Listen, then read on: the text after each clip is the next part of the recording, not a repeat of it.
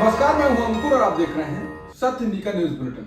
एक नजर अब तक की सुर्खियों पर। कांग्रेस लगातार अरविंद केजरीवाल को पिछड़ों और दलितों पर उनके विचारों पर घेर रही है।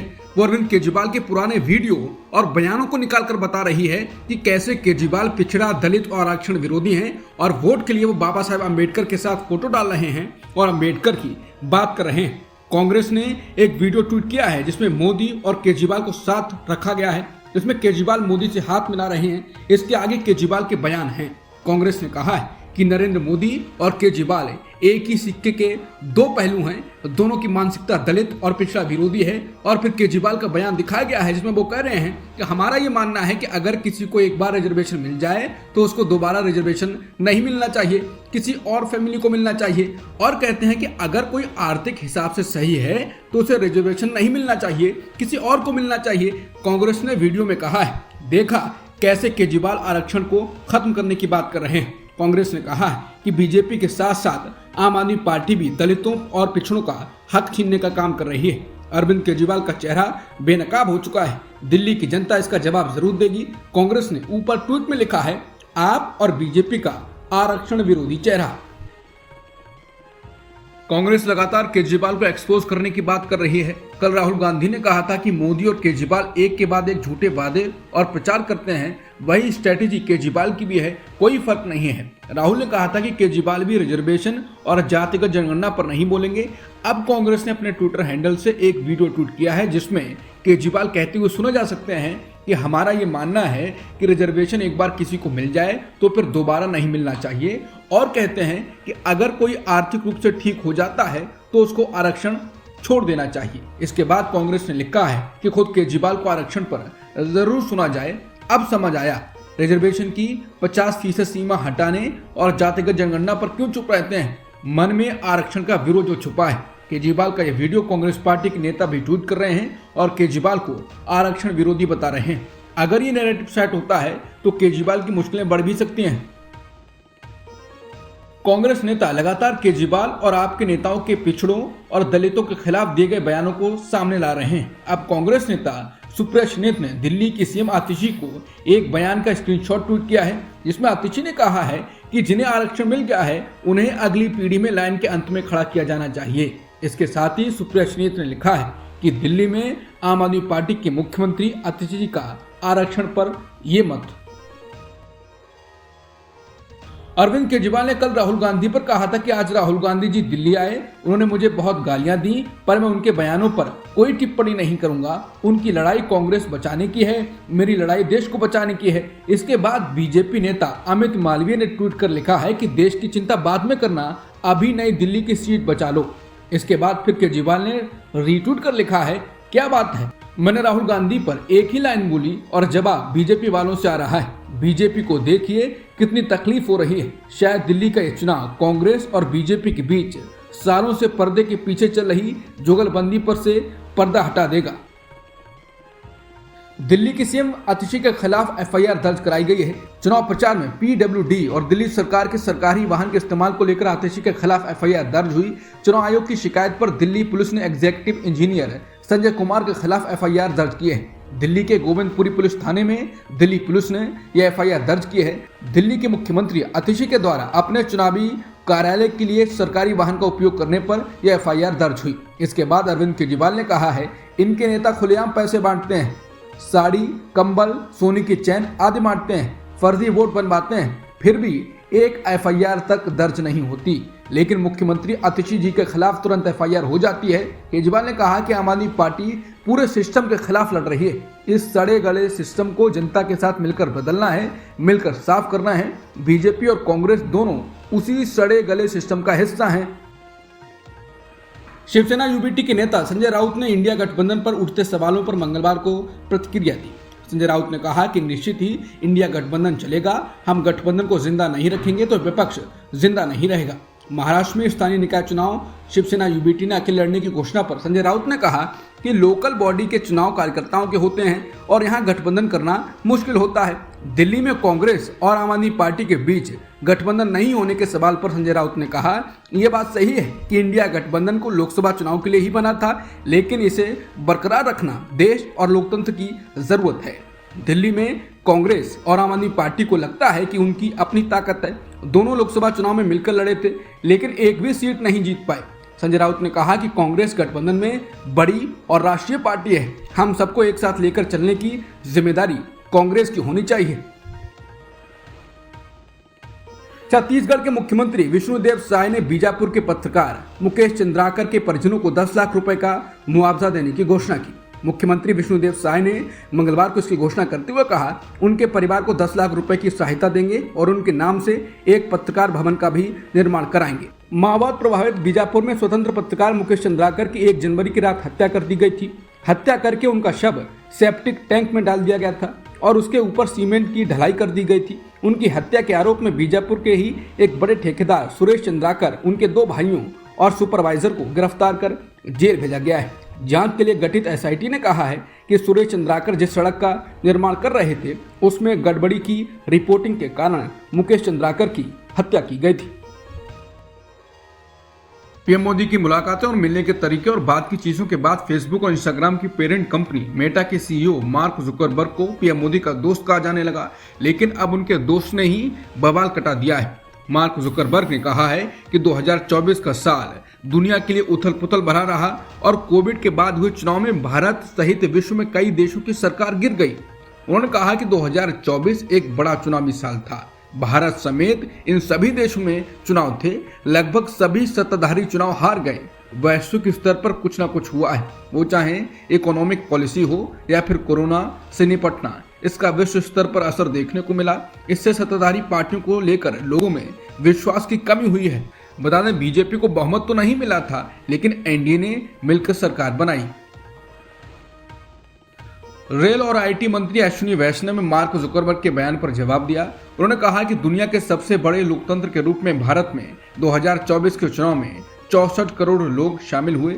देश के लोगों ने पीएम मोदी के नेतृत्व वाले एनडीए पर भरोसा किया। जुकरबर्ग का दावा तथ्यात्मक रूप से गलत है, उन्हें तथ्यों और विश्वसनीयता को कायम रखना चाहिए।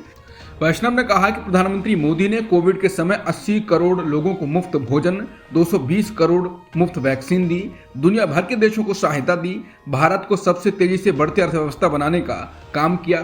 पीएम मोदी के तीसरे कार्यकाल की निर्णायक जीत सुशासन और जनता के विश्वास का प्रमाण है। मेटा सीईओ मार्क जुकरबर्ग ने एक और बात कही। उनके एक बयान ने दुनिया भर के लाखों यूजर्स के बीच चिंता पैदा कर दी है।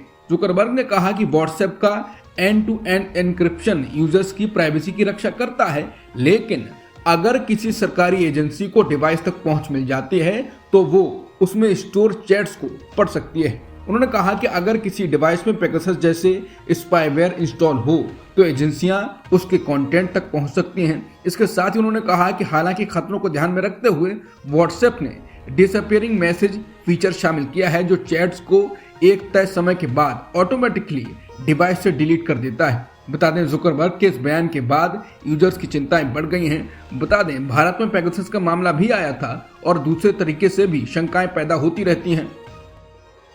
बिहार में सियासी हलचल थमने का नाम नहीं ले रही है। पहले लालू ने कहा था कि नीतीश के दरवाजे खुले हुए हैं, वो आ जाएं। इसके बाद माहौल गर्मा गया। इसके बाद नीतीश ने कहा था कि वो जाने की गलती नहीं करेंगे, जिसके बाद शंकाएं बंद तो नहीं हुई, लेकिन हल्की सी थम सी गई थी। और अब लालू यादव की बेटी रोहिणी आचार्य ने ऐसा बयान दिया है, जिसके बाद फिर से हलचल पैदा हो गई है। रोहिणी आचार्य ने लालू यादव के नीतीश के महागठबंधन में शामिल होने को लेकर कहा है, पापा जो कहते हैं वो सच होता है। इसके बाद बिहार की सियासत ने उबाल मारना शुरू कर दिया। बता दें, बिहार की सियासत में मकर संक्रांति के मौके पर दही चूड़ा भोज का खासा महत्व है। सियासी गलियारों में अक्सर मकर संक्रांति पर आयोजित दही चूड़ा भोज पर सबकी नजरें टिकी होती हैं कि कहीं कुछ खेला तो नहीं होने वाला है। इस बार भी पटना में राबड़ी देवी के आवास पर आरजेडी प्रमुख लालू प्रसाद यादव की ओर से दही चूड़ा भोज का आयोजन है। मकर संक्रांति पर दही चूड़ा भोज में सीएम नीतीश कुमार को आमंत्रित किया गया है या नहीं, इसे लेकर भी अटकलों का बाजार गर्म है। कुछ लोग कह रहे हैं कि नीतीश जा भी सकते हैं। बीजेपी नेता और मोदी सरकार में मंत्री रहे संजीव बालियान ने उत्तर प्रदेश के मुख्यमंत्री योगी आदित्यनाथ को पत्र लिखकर पुलिस के रवैये की शिकायत की है। सीएम योगी को लिखे पत्र में बीजेपी नेता ने अपनी सुरक्षा वापस लेने का मुद्दा भी उठाया। उन्होंने आरोप लगाया है कि मुजफ्फरनगर पुलिस के भ्रष्टाचार के खिलाफ आवाज उठाने की वजह से उनकी समस्त सुरक्षा वापस ले ली गई है। मुजफ्फरनगर से पूर्व सांसद संजीव बालियान ने पत्र में यह भी लिखा कि लोकसभा चुनाव के समय पर उन पर हमला हुआ था।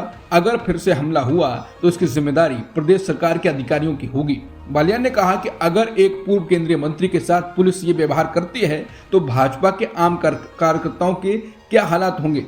बता दें कि उत्तर प्रदेश सरकार ने संजीव बालियान की सुरक्षा वापस ले ली थी। इसके अलावा एक मंदिर पर कब्जे का मुद्दा भी उन्होंने पत्र में उठाया। बालियान ने आगे लिखा, खानूपुर गांव में एक जमीन मंदिर और धर्मशाला के लिए मंसूरपुर डिस्टिलरी के कर्मचारियों के द्वारा खरीदी गई थी। पूर्व की सरकार के अधिकारियों से मिलीभगत कर ये जमीन डिस्टिलरी द्वारा अपने नाम दाखिल खारिज करा लिया गया। जनवरी में मुजफ्फरनगर पुलिस अधिकारियों के साथ साठगांठ कर डिस्टिलरी द्वारा मंदिर और धर्मशाला की जमीन पर कब्जा कर लिया गया था और ग्रामवासियों पर झूठे मुकदमे दर्ज किए गए। कर्नाटक कांग्रेस और कर्नाटक की कांग्रेस सरकार में क्या चल रहा है, ये सवाल इसलिए उठ रहा है क्योंकि कर्नाटक कांग्रेस के इंचार्ज और एआईसीसी के जनरल सेक्रेटरी रणदीप सुरजेवाला ने कहा है कि कांग्रेस पार्टी एक सरकार का बलिदान करने के लिए तैयार है, लेकिन पार्टी का नहीं। रणदीप सुरजेवाला कर्नाटक कांग्रेस के इंचार्ज और एआईसीसी के जनरल सेक्रेटरी हैं। पार्टी कार्यालय पर आयोजित इस बैठक में कार्यकर्ताओं के अलावा कुछ मंत्री भी उपस्थित थे। उन्होंने कहा कि पार्टी मां है और सरकार बच्चा। पार्टी को निराश करने का कोई सवाल ही नहीं उठता है।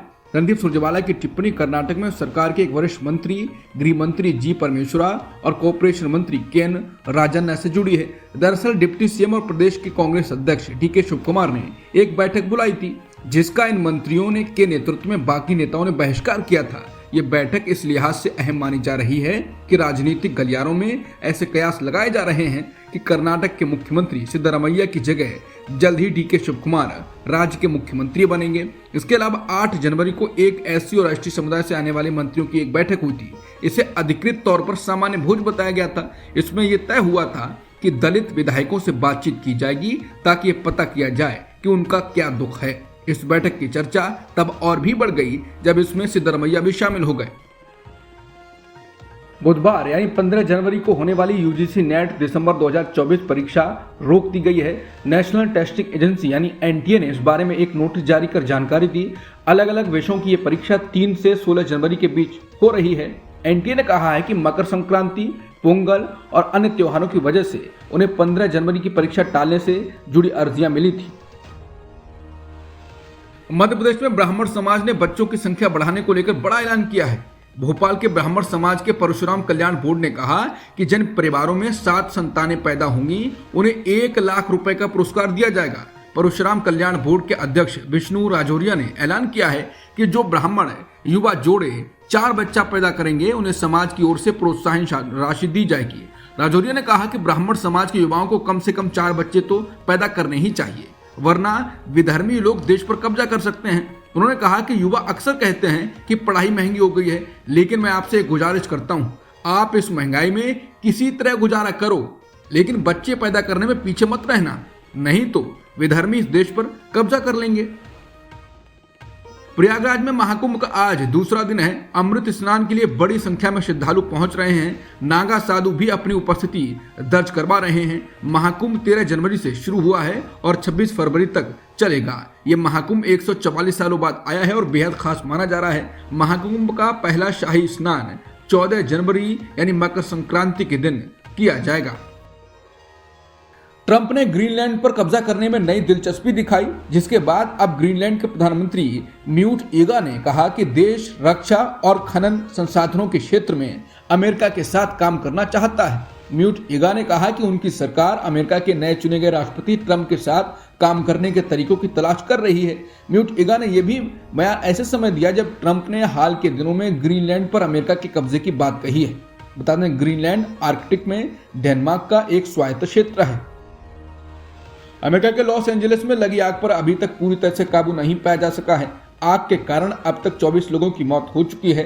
जिन इलाकों में आग अभी भी फैली है उनमें पैलिसेड्स, ईटन और हस्ट शामिल हैं। बता दें, लगी आग से अब तक कुल 24 लोगों की मौत हुई है, जबकि 23 लोग लापता हैं। आग से सबसे ज्यादा प्रभावित इलाकों में पैलिसेड्स पहले नंबर पर है। यहाँ पर लगी आग 23 एकड़ से अधिक इलाकों में फैली हुई है और सिर्फ 14% हिस्सों की आग पर ही काबू पाया जा सका है। आग बुझाने के लिए 5000 से अधिक लोग लगे हुए हैं। आग से सबसे अधिक प्रभावित इलाकों में दूसरे नंबर पर शामिल ईटन में 33% हिस्सों पर ही काबू पाया जा सका है। अभी भी 14,000 एकड़ से अधिक क्षेत्र में आग लगी हुई है। आग पर 100% काबू पाने का मतलब ये नहीं है कि उसे पूरी तरीके से बुझा दिया गया है। इसका मतलब है कि आग की लपटों को आगे बढ़ने से रोक दिया गया है। टिकटॉक ने उस रिपोर्ट को खारिज कर दिया है जिसमें दावा किया गया था कि चीन की सोशल मीडिया कंपनी अमेरिकी ऑपरेशंस को एलन मस्क को बेचने पर विचार कर रही है। टिकटॉक के प्रवक्ता ने कहा है कि हमसे कोरी कल्पना पर टिप्पणी करने की उम्मीद मत करिए। बता दें, हाल ही में ब्लूमबर्ग की एक रिपोर्ट में दावा किया गया था कि चीनी अधिकारी ऐसे विकल्प पर विचार कर रहे हैं जिसमें अगर अमेरिकी सुप्रीम कोर्ट ऐप पर प्रतिबंध को बरकरार रखता है तो अमेरिका में इसका कारोबार दुनिया के सबसे अमीर व्यक्ति यानी एलन मस्क को बेचा जा सकता है। हालांकि टिकटॉक कई बार कह चुका है कि वो इसे नहीं बेचेगा।